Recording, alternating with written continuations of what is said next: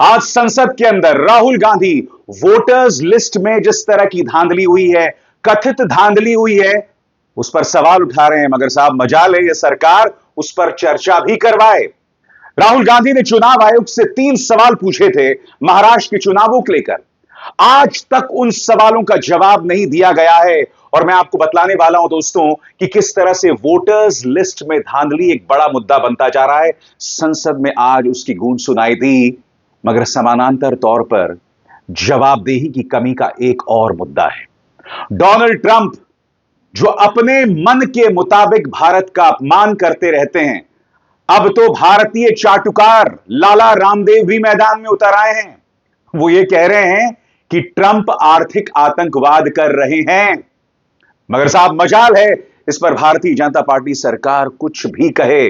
और हम ये ना भूलें दोस्तों, डोनाल्ड ट्रंप ने आने वाले दिनों में जबरदस्त आर्थिक बदहाली की बात की है।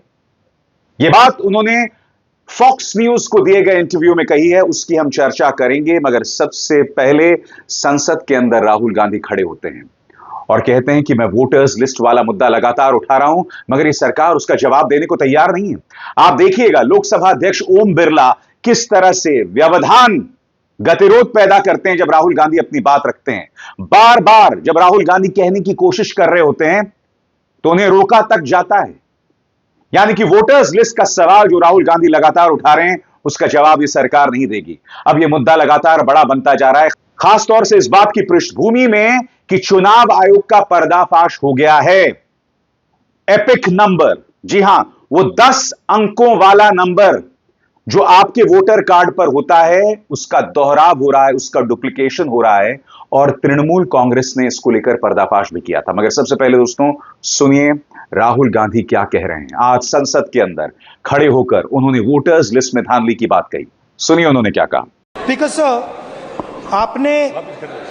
आपने सही बात बोली कि वोटर लिस्ट क्या सरकार बनाती है। मैंने नहीं बोला नहीं, आपने बोला क्या, और आपने सही बोला कि सरकार वोटर लिस्ट नहीं बनाती है। मगर पूरे देश में वोटर लिस्ट पर सवाल उठ रहे हैं, हर स्टेट में, हर ऑपोजिशन के स्टेट में, और महाराष्ट्र में black and white voter list पे सवाल उठे हैं। तो पूरा ऑपोजिशन मिलकर सिर्फ ये बोलने दीजिए, पूरा ऑपोजिशन सिर्फ मिलकर ये कह रहा है कि वोटर लिस्ट पे यहां पे एक डिस्कशन हो जाए। आप बनाते नहीं हो, इसको हम एक्सेप्ट कर रहे हैं, आप डिस्कशन तो कीजिए। दोस्तों मैं आपको बतलाना चाहूंगा कि राहुल गांधी ये मुद्दा लगातार उठाते रहे हैं। याद कीजिएगा, महाराष्ट्र के चुनावों के बाद सुप्रिया सुले और संजय राउत के साथ राहुल गांधी प्रेस कॉन्फ्रेंस करते हैं और 3 अहम सवाल उठाते हैं। चुनाव आयोग कहता है कि हम तमाम सवालों का जवाब पारदर्शिता से देंगे, मगर अब भी चुनाव आयोग खामोश है। अधिकतर लोगों की याददाश्त कमजोर होती है दोस्तों, तो एक बार फिर मैं आपको याद दिला दूं कि राहुल गांधी के 3 अहम सवाल क्या थे। पहला सवाल, जितनी आबादी हिमाचल प्रदेश की है उतनी आबादी जोड़ दी गई महाराष्ट्र की वोटर्स लिस्ट में, ऐसा कैसे हो रहा है? उनका सवाल आपके स्क्रीन पर। 5 सालों में जितने वोटर्स लिस्ट में जोड़े गए थे उतने पिछले 5 महीने में जोड़े गए, जो कि हिमाचल प्रदेश की आबादी के बराबर है। लोकसभा और विधानसभा चुनावों के बीच ये वोटर कौन हैं, कहां से आए? सीधा सा सवाल था दोस्तों। याद कीजिएगा, लोकसभा चुनावों में भाजपा गठबंधन को करारी हार का सामना करना पड़ा, मगर उसके बाद लोकसभा चुनाव और विधानसभा चुनाव में 5 महीने का वक्त था, उसमें इतने ज्यादा वोटर्स जोड़ दिए गए जो हिमाचल की आबादी के बराबर हैं। यह कैसे हुआ? यानी कि पिछले 5 सालों में महाराष्ट्र की जितनी आबादी बढ़ी, यानी वोटर्स की आबादी, उतना पिछले 5 महीनों में हो गया। सीधा और सरल सवाल था राहुल गांधी का। आज तक चुनाव आयोग ने इसका जवाब नहीं दिया। दूसरा सवाल आपके स्क्रीन पर, महाराष्ट्र का एडल्ट पॉपुलेशन सरकार के मुताबिक 9.54 करोड़ है। चुनाव आयोग के मुताबिक महाराष्ट्र में 9.7 करोड़ वोटर्स हैं। यह कैसे हो सकता है? यानी कि आबादी से ज्यादा वोटर्स। यह था दूसरा सवाल। तीसरा सवाल, कांति विधानसभा, यहां कांग्रेस को लोकसभा में 1.36 लाख वोट मिले, विधानसभा में 1.34 लाख वोट हमें मिला और हम लोकसभा चुनाव जीते। इस विधानसभा में 35,000 नए वोटर जुड़े और ये सारे के सारे 35,000 वोटर्स भाजपा के खाते में जाते हैं। उन्होंने कहा कि ऐसा कैसे हो सकता है कि 35,000 वोटर्स जुड़ते हैं और उसमें से 90% भाजपा के पास चले जाते हैं।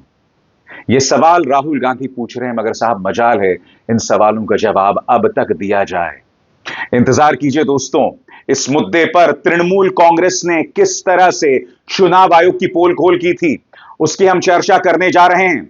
साथ ही इस मुद्दे को लेकर संसद के अंदर भी जबरदस्त बवाल हुआ है। मगर उससे पहले एक जरूरी सूचना, आप लोग मेरा कार्यक्रम कैसे देखते हैं? जब आपके मोबाइल पर नोटिफिकेशन आती है यानी अधिसूचना आती है, सिर्फ उसका इंतजार ना करें, मेरे चैनल में जाइए, खुद जाकर मेरे कार्यक्रम देखिए, क्योंकि मैं एक दिन में कम से कम 3 कार्यक्रम करता हूं। अगर आप उन तीनों कार्यक्रम को देख लेंगे तो आप अपडेटेड रहेंगे। सिर्फ नोटिफिकेशन का इंतजार मत कीजिए और मेरे चैनल को ज्वाइन कीजिए। स्वतंत्र और आजाद पत्रकारिता का समर्थन कीजिए, सच में मेरा साथी बनिए। बहुत आसान है दोस्तों, इस ज्वाइन बटन को दबाइए और आपके सामने आएंगे ये 3 विकल्प, इनमें से एक चुनिए और सच के इस सफर में मेरा साथी बनिए।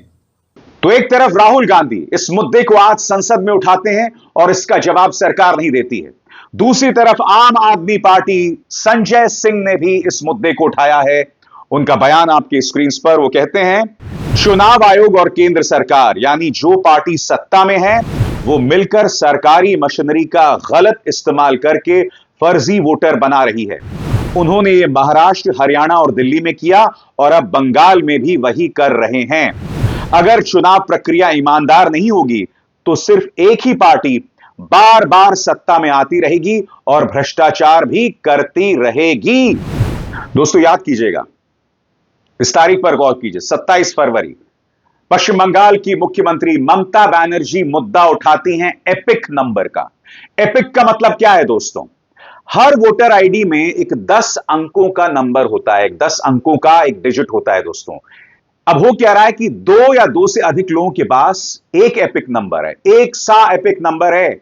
चुनाव आयोग ने अपनी गलती को माना है और कहा है कि अगले 3 महीनों में हम उसे ठीक करेंगे। मगर ऐसा कैसे होता है दोस्तों कि ये तमाम गलतियां जो हैं वो गैर भाजपा शासित राज्यों में होती हैं? ऐसे कैसे होता है? आपको याद है दिल्ली के चुनावों में अरविंद केजरीवाल ने बाकायदा प्रेस कॉन्फ्रेंस करके इस बात का पर्दाफाश किया था कि कई लोगों के नाम वोटर्स लिस्ट से हटा दिए गए, यह कहकर कि वो लोग मौजूद ही नहीं है या जिंदा ही नहीं है। अरविंद केजरीवाल ने उन्हें प्रेस कॉन्फ्रेंस में बाकायदा पेश किया था। उसका जवाब चुनाव आयोग ने सलीके से दिया नहीं। अब तृणमूल कांग्रेस ने एपिक नंबर पर एक्सपोज किया था चुनाव आयोग को। किस तरह से, इस पर गौर कीजिए। 27 फरवरी को पश्चिम बंगाल की मुख्यमंत्री और तृणमूल कांग्रेस की प्रमुख ममता बनर्जी ने आरोप लगाया था कि केंद्र में सत्तारूढ़ बीजेपी चुनाव आयोग की मेहरबानी से दूसरे राज्यों के वोटर्स को पश्चिम बंगाल की वोटर लिस्ट में शामिल कर रही है। उन्होंने एक ही electoral photo identity card number वाले कई वोटरों का उदाहरण दिया और उसके बाद यानी 7 मार्च 2025 को चुनाव आयोग अपनी नींद से जागता है और अपने बयान में चुनाव आयोग ने कहा कि 100 से ज्यादा वोटरों की सैंपल जांच में पाया गया कि डुप्लीकेट एपिक नंबर वाले वोटर असली मतदाता हैं। इसके बाद चुनाव आयोग ने क्या कहा, इस पर भी गौर किया जाए दोस्तों। चुनाव आयोग ने कहा कि उसने अब इस लंबे समय से चले आ रहे मुद्दे को सुलझाने का फैसला किया है।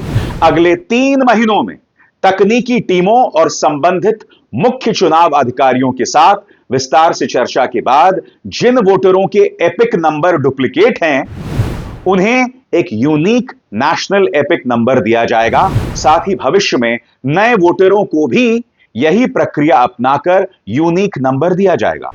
चुनाव आयोग ने साफ किया है कि एपिक नंबर कुछ भी हो, कोई भी वोटर सिर्फ उसी पोलिंग स्टेशन पर वोट डाल सकता है जहां वो वोटर लिस्ट में रजिस्टर्ड है और कहीं नहीं। सवाल यह दोस्तों कि आजाद भारत के इतिहास में इतना गड़बड़ झाला वोटर्स लिस्ट को लेकर, रहस्यमय तरीके से लोगों के नाम वोटर्स लिस्ट से हट जाते हैं, रहस्यमय तरीके से लोगों के नाम वोटर्स लिस्ट में डाल दिए जाते हैं। आपको लोकसभा चुनावों के दौरान याद है कि नहीं, एक व्यक्ति भाजपा के नाम पर 5 जगह वोट डाल रहा था और उसने बाकायदा उसे रिकॉर्ड किया था।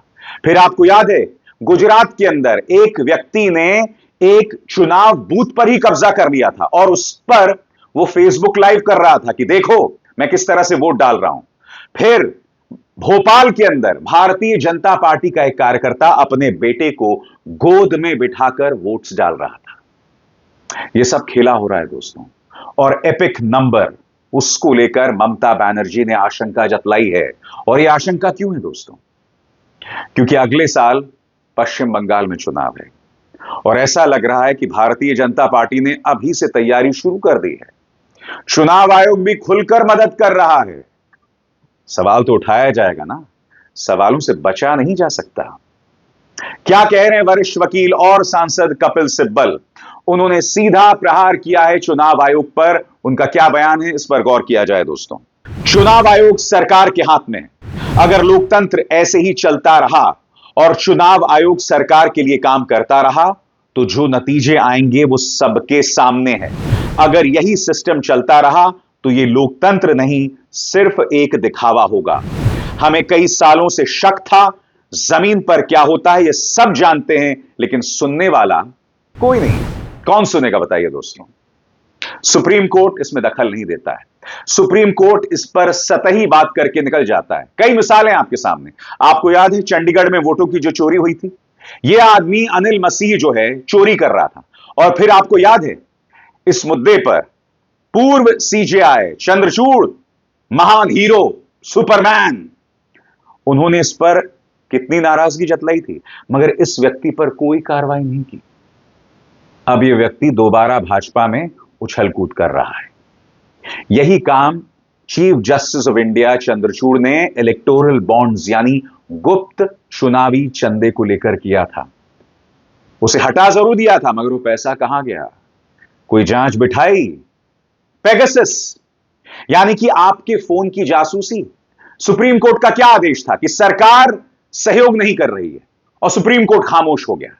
महाराष्ट्र में याद कीजिएगा जब अपदस्थ किया गया था उद्धव ठाकरे को, उस दौरान स्पीकर का जो किरदार था, जो राज्यपाल का किरदार था, उस पर लगातार सवाल उठ रहे थे। खुद सुप्रीम कोर्ट यानी चंद्रचूड़ ने कहा था यह असंवैधानिक है। मगर आपने किया क्या? आपने किया क्या? यह सवाल तो किया जाएगा ना। एक तरफ आप कहते हैं असंवैधानिक है, उसके बाद आप कोई कार्रवाई तक नहीं करते हैं। इसीलिए बेबस दिखाई देता है विपक्ष, इसीलिए ये सवाल उठ रहे हैं, क्योंकि जवाबदेही नाम की कोई चीज नहीं है दोस्तों। एक तरफ वोटर्स लिस्ट का मुद्दा और दूसरी तरफ डोनाल्ड ट्रंप, जो लगातार धमका रहे हैं इंडिया को कि मैं तुम पर टैरिफ लगा दूंगा। और अब तो सरकारी चमचे यानी भाजपाई चमचे, तथा कथित योग गुरु लाला रामदेव इसे आर्थिक आतंकवाद बता रहे हैं। इंतजार कीजिए दोस्तों कि ट्रंप ने क्या चेतावनी दी है और इसका असर शेयर बाजार पर पड़ने वाला है। मगर सुनिए किस तरह से पसीने छूट रहे हैं लाला रामदेव के कि वो डोनाल्ड ट्रंप को एक आर्थिक आतंकवादी तक बताने को तैयार हो। तो देखा आपने, लाला रामदेव की भी नहीं सुनेगी ये सरकार। डोनाल्ड ट्रंप जो मर्जी कहते रहें, खामोशी से तमाशा देखते रहेंगे प्रधानमंत्री मोदी, खामोशी से तमाशा देखती रहेगी भारतीय जनता पार्टी। क्यों? यह सवाल तो किया जाएगा ना। ऊपर से डोनाल्ड ट्रंप ने फॉक्स न्यूज को दिए गए इंटरव्यू में कहा है कि आने वाले दिनों में हालात और बदतर होने वाले हैं।